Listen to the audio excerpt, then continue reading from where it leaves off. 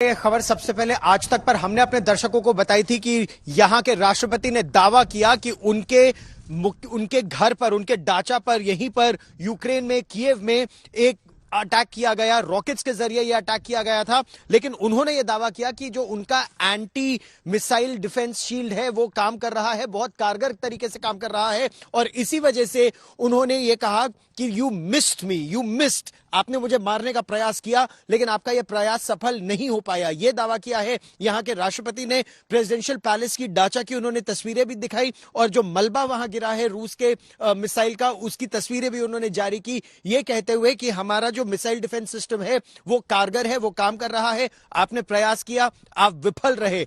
लेकिन साथ ही साथ वो यूरोप की मदद मांग रहे हैं, यूरोप की मदद मांग रहे हैं, यह कहते हुए कि आज हमला यूक्रेन पर है, कल पूरे यूरोप पे होगा, क्योंकि राष्ट्रपति पुतिन यहां पर थमने वाले नहीं हैं। निराश भी हैं और नाराज भी हैं कि यूरोप से जिस तरह की मदद की उन्हें अपेक्षा थी उस तरह की मदद उन्हें मिल नहीं पा रही है। यहां जैसा आप मेरे पीछे सुन भी सकते हैं, अभी एयर रेड सायरन बज के बंद हुआ है, यानी इनकमिंग मिसाइल का खतरा यहां लगातार बढ़ता जा रहा है। और यह सीमित केवल राजधानी कीव तक नहीं है। हम लोग कीव के उन डिफेंसेस के पास खड़े हैं जहां से सुरक्षा का पहला घेरा है ये। और इसी, अगर जो रूसी सेना आगे बढ़ती है तो इसी इलाके से सबसे पहले गुजरेगी राजधानी कीव पर पहुंचने के लिए। यह बेहद संवेदनशील इलाका है जहां पर कई परतों में राजधानी की सुरक्षा के कदम हमारे पीछे उठाए जा रहे हैं। मिलिट्री गैरिजन्स भी यहां पर है और मिलिट्री के साथ साथ यहां पर चेक पॉइंट्स बहुत सारे हैं जहां पर रोकने के लिए रूस की सेना को मल्टी टियर ऑब्स्टिकल सिस्टम लगाया गया है।